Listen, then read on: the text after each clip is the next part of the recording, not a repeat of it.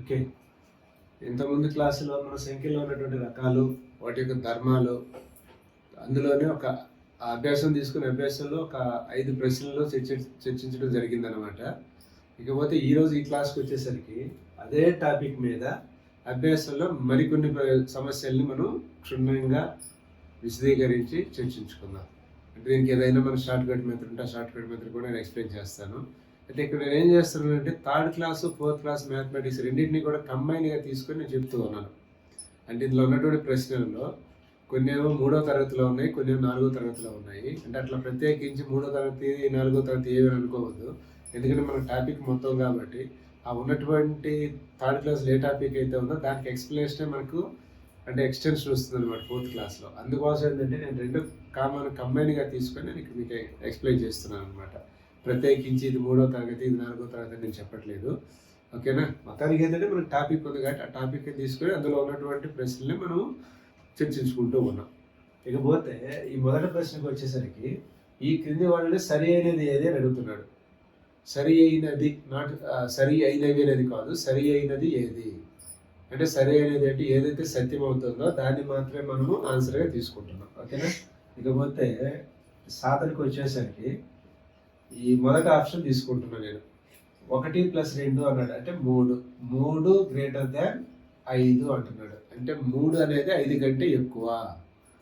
3 అనేది 5 కంటే ఎక్కువ అనేటువంటి సత్యమా అసత్యమా అంటే అసత్యం అనేది చెప్పాలి. 5 కదా 3 కంటే పెద్దది కాబట్టి ఇక్కడ మనం ఏం రాయొచ్చు అంటే అసత్యం అని రాసుకోవచ్చు. అదేవిధంగా రెండవ ఆప్షన్కి వచ్చేసరికి 9 + 5 అన్నాడు. 9 + 5 అంటే ఎంత? 9 + 5 14 వచ్చింది. ఇక్కడేమో 9 + 3 12. అంటే ఇక్కడ లెస్ దాన్ అంటున్నాడు. అంటే 14 అనేది 12 కంటే చిన్నది. 14 అనేది 12 కంటే చిన్నది ఎలా అవుతుంది? పెద్దదే కదా. కాబట్టి దీన్ని కూడా మనం ఏం రాయొచ్చు అంటే అసత్యం అని రాసుకోవచ్చు. అంటే ఇది కూడా మనకు సరైనటువంటి సమాధానం కాదు. ఇకపోతే థర్డ్ ఆప్షన్కి వచ్చేసరికి అక్కడ ఏమి ఇచ్చాడు మనకు? 1 - 1 అంటే 0, లెస్ దాన్ 5 - 3 అంటే 2. అంటే దీని అర్థం ఏంది? 0 అనేది 2 కంటే చిన్నది. 0 ఈజ్ లెస్ దాన్ 2 అంటే 0 అనేది 2 కంటే చిన్నది. అది వాస్తవమే కదా. కాబట్టి మనం ఇక్కడ సత్యం అని రాసుకోవచ్చు. అంటే ఇక్కడ మనకు ఆన్సర్ ఏదవుతుంది అంటే థర్డ్ ఆప్షన్. ఒకవేళ మీకు 4th ఆప్షన్ కూడా సింప్లిఫై చేయాలి అనేటువంటి ఆలోచన వచ్చినట్లయితే దాన్ని కూడా సింప్లిఫై చేయండి. 1 + 6 7, లెస్ దాన్ 2 + 2 4. అంటే 7 అనేది 4 కంటే చిన్నది అనేటువంటిది ఎలా సాధ్యమవుతుంది? అది సాధ్యపడదు కదా. కాబట్టి దీన్ని కూడా మనం ఎలా రాయొచ్చు అంటే అసత్యం అని రాసుకుంటాం. కాబట్టి మనకు ఆన్సర్ ఎంత వస్తుంది అంటే థర్డ్ ఆప్షన్. కానీ ఇక్కడ ఆన్సర్ 3 అని రాస్తుంది. ఇది మొదటి ప్రశ్న అన్నమాట. ఓకే, ఇకపోతే ఇది రెండవ ప్రశ్న. ఈ క్రింది వాటిలో ఆరోహణ క్రమము ఏది అంటున్నాడు. ఆరోహణ క్రమము అంటే అర్థమైంది. సులభంగా మనం గుర్తుపెట్టుకోవాలంటే నిచ్చెన పైకి ఎక్కడము అంటే చిన్న విలువ నుంచి పెద్ద విలువ తీసుకుంటాం. అవరోహణ క్రమము అంటే పెద్ద విలువ నుంచి చిన్న విలువ అంటే నిచ్చెన పై నుంచి కిందకి దిగడం. అంటే ఇక్కడ మనకు కావాల్సింది ఆరోహణ క్రమం. కాబట్టి ఆరోహణ క్రమం అంటే ఏం చేయాలంటే చిన్న విలువ నుంచి పెద్ద విలువను తీసుకోవాలి. ఇక్కడ రాస్తున్నాను నేను. ఆరోహణ క్రమము. అయితే ఇందులో ఈ మొదటి ఆప్షన్ తీసుకున్నాం అనుకోండి. మొదటి ఆప్షన్ ఏ క్రమంలో కూడా లేదు.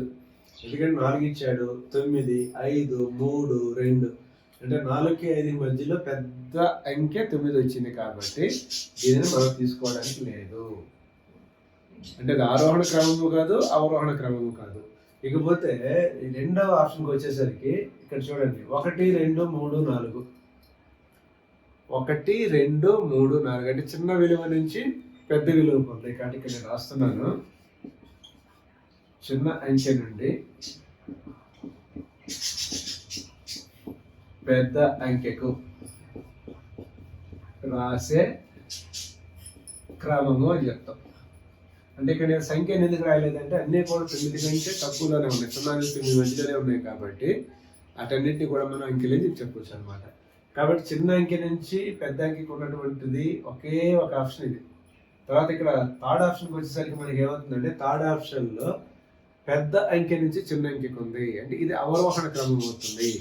ఇకపోతే 4th ఆప్షన్ తీసుకుంటే ఇది ఎటు కాదు.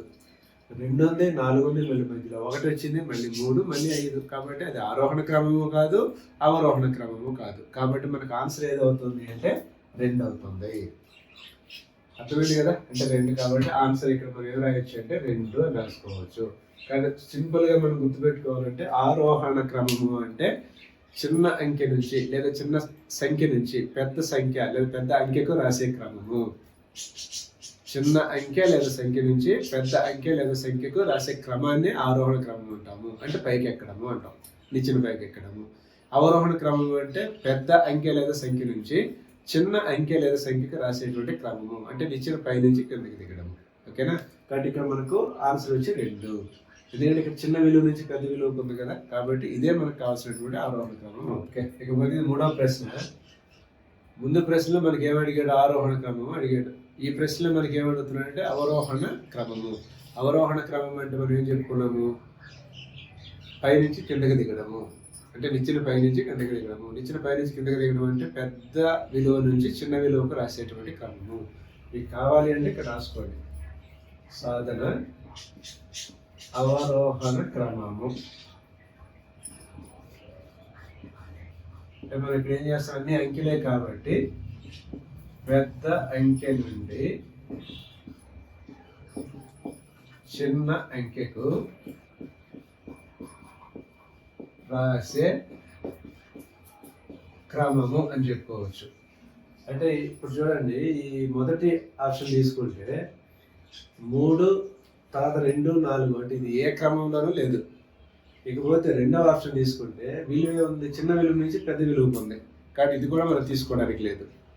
అంటే ఇది ఆరోహణ క్రమం. కాబట్టి మనకు కావాల్సింది ఏంది? అవరోహణ క్రమం. కాబట్టి తర్వాత ఈ 3వ ఆప్షన్ తీసుకున్నాం అనుకోండి, పెద్ద విలువ నుంచి చిన్న విలువకు ఉంది కదా, కాబట్టి ఇది మనకు ఆన్సర్ అవుతుంది. కాబట్టి మన ఆన్సర్ ఏం రాయొచ్చు?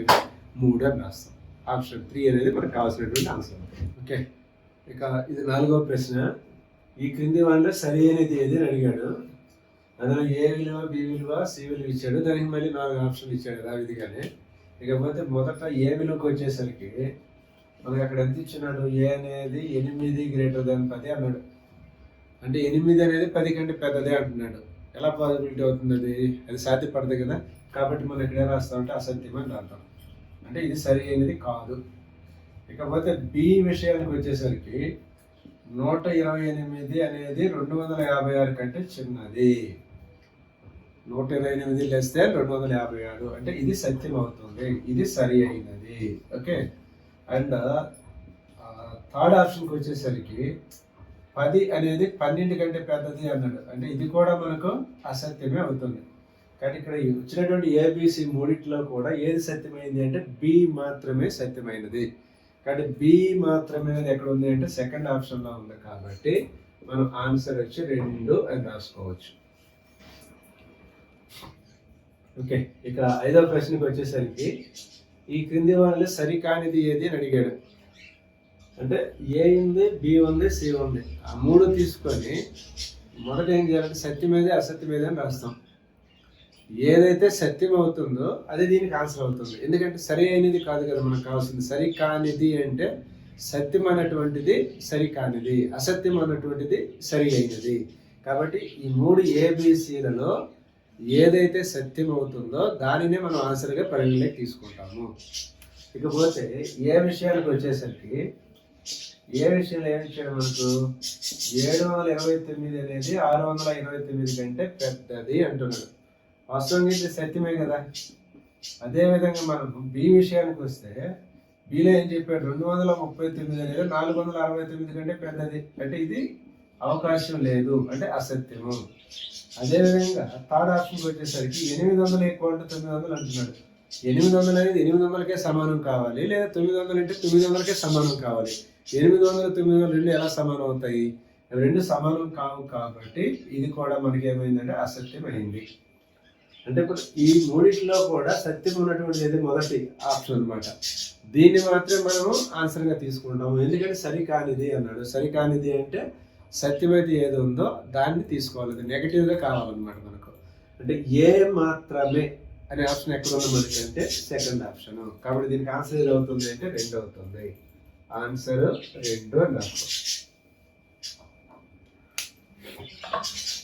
ఇకపోతే 6వ ప్రశ్నకి వచ్చేసరికి చూడండి, పి విలువ, క్యూ విలువ, ఆర్ విలువ, ఎస్ విలువ ఇచ్చాడు. అయితే PQRలు సూచించు విలువల సరి అయిన అవరోహణ క్రమము అన్నాడు. అవరోహణ క్రమం అంటే ఏం చెప్పాము మనము? నిచ్చిన పైనుంచి కిందకి రావడము, అంటే పెద్ద విలువ నుంచి చిన్న విలువకు రావడము. ఒకవేళ కావాలి అంటే మీరు ఇక్కడ రాసుకోండి, ఇబ్బంది లేదు. అవరోహణ క్రమము.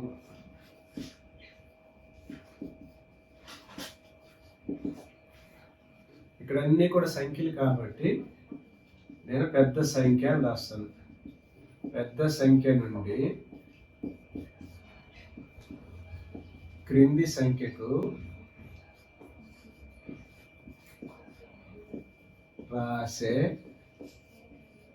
క్రమము అని చెప్పుకోవచ్చు. అయితే ఇప్పుడు చూడండి, ఇచ్చినటువంటి అన్ని విలువల్లో కూడా మనకు పెద్దది ఏది? ఎస్ కదా, కాబట్టి మొదట ఎస్ రాసుకున్నాం. తర్వాత 92 కంటే పెద్దది ఏది అంటే 82, అంటే అదే పి అనమాట. అదేవిధంగా మనకు తర్వాత 76 వస్తుంది. 76 అనే దాన్ని ఆర్ సూచిస్తుంది. దీని తర్వాత చివరిగా వచ్చేది మనకు క్యూ, అంటే మనకు SPRQ అనేది ఎక్కడైతే ఉందో అది దీనికి సరైన సమాధానం అవుతుంది. మొదటి ఆప్షన్ తీసుకున్నాం అనుకుంటే ఎస్ పి ఉంది, కాకపోతే QR రెండు కూడా దీనికి మార్చబడ్డాయి అనమాట. కాబట్టి ఇది కాదు, అంటే దీన్ని తీసేయాలి. ఇకపోతే దీనికి వచ్చేసరికి SPRQ. కాబట్టి మనకు ఆన్సర్ ఏది అవుతుంది అంటే రెండవ ఆప్షన్. కానీ ఇక్కడ మనం ఆన్సర్ని 2గా రాసుకోవచ్చు. ఇది 7వ ప్రశ్న. 384, 648, 438, 583, 689లను ఆరోహణ క్రమంలో ఉంచినప్పుడు ఖచ్చితంగా మధ్యలో ఉండు సంఖ్య ఏది? అంటే మొత్తం ఎన్ని ఇచ్చాడు? 1, 2, 3, 4, 5 ఇచ్చాడు. ఈ 5లో కూడా మనం ఏం చేయాలంటే 5 ఉపయోగించి ఆరోహణ క్రమము రాయాలి. ఆరోహణ క్రమం అంటే చిన్న సంఖ్య నుంచి పెద్ద సంఖ్యకు రాసే క్రమము. అందులో 5 రాసినప్పుడు ఇటువైపు 2 అటువైపు 2 వదిలేస్తే ఏదైతే మధ్యలో ఉంటుందో అదే మనకు కావాల్సినటువంటి సమాధానం అవుతుంది. అంటే దీని సాధన ఎలా చేయాలి అంటే, మొదట నేను ఏం చెప్తున్నాను? ఆరోహణ క్రమం అంటున్నా. యాక్చువల్గా అయితే ఇది అవసరం లేదు, రాస్తున్నాను. ఆరోహణ క్రమం అంటే అర్థమైంది, చిన్న సంఖ్య నుంచి పెద్ద సంఖ్యకు రాసే క్రమము. చిన్న సంఖ్య నుండి, ఇక్కడ అన్నీ కూడా సంఖ్యలు కాబట్టి సంఖ్యని తీసుకున్నాను, పెద్ద సంఖ్యకు రాసే క్రమము అని చెప్పుకోవచ్చు. అంటే ఇప్పుడు చూడండి, ఉన్నటువంటి అన్నిటిలో కూడా మనకి చిన్న సంఖ్య అంటే ఏదవుతుంది? 384 అవుతుంది. 384 తర్వాత చిన్న సంఖ్యకి వచ్చేసరికి 438 వస్తుంది. 300, 400. తర్వాత 500తో ప్రారంభమైనటువంటి అంకె ఉంది కదా, అది తర్వాత చిన్న సంఖ్య అవుతుంది. ఇప్పుడు 500తో అయిపోయింది. ఇక 600తో ప్రారంభమైనటువంటి సంఖ్యలు 2 ఉన్నాయి. అందులో 648, 689. 648 అనేది చిన్నది. ఆ తర్వాత చివరిగా మనం ఏం చేయాలంటే 689 రాస్తాము. అయితే ఇప్పుడు మనకి ఇక్కడ ఏం కావాలంటే, ఇది మనకు ఆరోహణ క్రమంలో ఉంది. ఇందులో మధ్యలో ఉండే సంఖ్య కావాలి. మధ్యలో ఉండు సంఖ్య అంటే మొత్తం ఎన్ని ఉన్నాయి? 5 ఉన్నాయా? ఇటువైపు 2 అటువైపు 2 తీసేసేయండి. తీసేస్తే మనకు మధ్యలో ఎంత వచ్చింది అంటే 583. కాబట్టి ఆన్సర్ మనకి ఎంత అంటే 583. 583 అనేది మనకి ఏ ఆప్షన్లో ఉంది? 4th ఆప్షన్లో ఉంది. కాబట్టి మనం ఆన్సర్ ఇక్కడ 4గా పరిగణిస్తాము. ఇకపోతే 8వ ప్రశ్న చూడండి. 684, 568, 796, 769 మరియు 830లను ఆరోహణ క్రమంలో ఉంచినప్పుడు ఎడమ నుంచి కుడికి 4వ స్థానంలో ఉండే సంఖ్యలోని అంకెల మొత్తము. అంటే ఇక్కడ మనం ఆరోహణ క్రమము అంటే ఎలా రాయాలి? ఆరోహణ క్రమము అంటే చిన్న సంఖ్య నుంచి పెద్ద సంఖ్యకు రాసే క్రమము.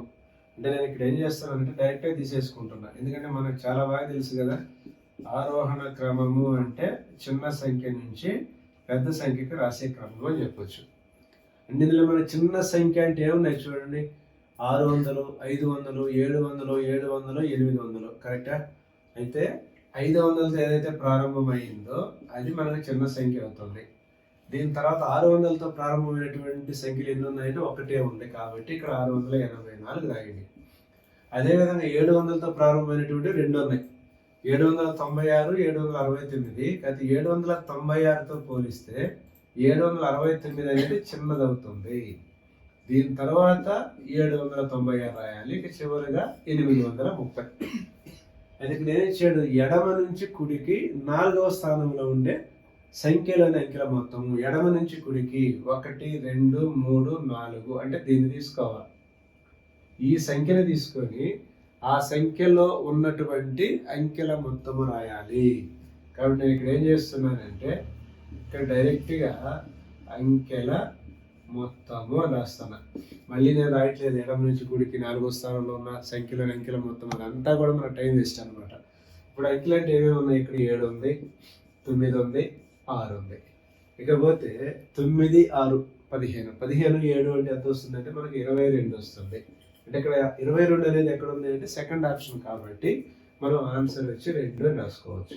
పోతే 9వ ప్రశ్న, 382 623 432 963 మరియు 872లను అవరోహణ క్రమంలో ఉంచినప్పుడు ఎడమ నుండి కుడికి 3వ స్థానంలో ఉండే సంఖ్యలోని అంకెల మొత్తము. అవరోహణ క్రమము, ఇక్కడ మనకు కావాల్సినటువంటి క్రమం ఏది అంటే అవరోహణ క్రమము. అంటే అవరోహణ క్రమము అంటే మనం ఏం చెప్తాము, పెద్ద సంఖ్య నుంచి కింద సంఖ్యకు రాసే క్రమము. అంటే పై నుంచి కిందకి, పెద్ద సంఖ్య నుంచి చిన్న సంఖ్యకి, క్రింద అంటే చిన్న సంఖ్య అన్నమాట. అంటే ఇప్పుడు వీటన్నిటిలో కూడా పెద్ద సంఖ్య ఏదవుతుంది మనకు అంటే 900తో ప్రారంభమైనటువంటి ఉంది కదా, 963. దీని తర్వాత 872 తీసుకోవాలి, అది అయిపోయింది. తర్వాత సంఖ్యకి వచ్చేసరికి 600తో స్టార్ట్ అయినటువంటి ఉంది కదా, 623. దీని తర్వాత 400తో ప్రారంభమైనటువంటి సంఖ్య 432. ఇకపోతే చివరగా 382 రాస్తున్నాము. అంటే ఇక్కడ పెద్ద సంఖ్య నుంచి చిన్న సంఖ్యకి రాసామన్నమాట. అయితే ఇందులో ఎడమ నుండి కుడికి 3వ స్థానంలో ఉండే సంఖ్య, ఎడమ నుండి కుడికి అంటే 1 2 3 అంటే ఇది తీసుకోవాలి. ఇందులో ఉన్నటువంటి అంకెల మొత్తాన్ని మనం రాయాలి. అంటే ఇక్కడ అంకెల మొత్తం అంటే చూడండి, 6 + 2 + 3, 6 + 2 8, 8 + 3 అంటే 11 వస్తుంది. అంటే 11 ఎక్కడ ఉంది, మనకి థర్డ్ ఆప్షన్లో ఉంది, కాబట్టి మనం ఆన్సర్ 3 అని రాసుకోవచ్చు. ఓకే, ఇక 10వ ప్రశ్న చూడండి, చాలా సులభమైనటువంటి ప్రశ్న అనమాట. ఈ క్రింది వాటిలో సరి అయినది ఏది అడుగుతున్నాడు. ఇందులో మొదటిగా మనం ఆప్షన్ ఏ తీసుకున్నట్లయితే ఏకి ఏమి ఇచ్చాడు, 5 × 9, 5 9 ఎంత 45, కానీ ఇక్కడ ఇచ్చినటువంటి విలువ ఎంత అంటే 35 ఇచ్చాడు, కాబట్టి ఇది మనం అసత్యం అని రాసుకుంటాం.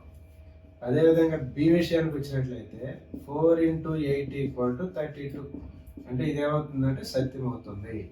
ఇకపోతే సి విషయానికి వచ్చినట్లయితే 4 × 0 అంటే 0 అవుతుంది, 4 కాదు. కానీ ఇక్కడ మనకేమి ఇచ్చాడు, 4 అని ఇచ్చాడు, కాబట్టి ఇది కూడా అసత్యము. అంటే ఇప్పుడు సరి అయినది అంటే ఏదైతే సత్యం అనేది అవుతుందో అది మాత్రమే మన సమాధానం అవుతుంది. అది బి ఆప్షన్ కదా, అంటే బి ఆప్షన్, ఇక్కడ బి ఆప్షన్. కానీ ఇచ్చినటువంటి ఆప్షన్లో బి మాత్రమే ఎక్కడ ఉంది అంటే సెకండ్ ఆప్షన్లో ఉంది, కాబట్టి మనం ఇక్కడ ఆన్సర్ 2 రాసుకుంటాం.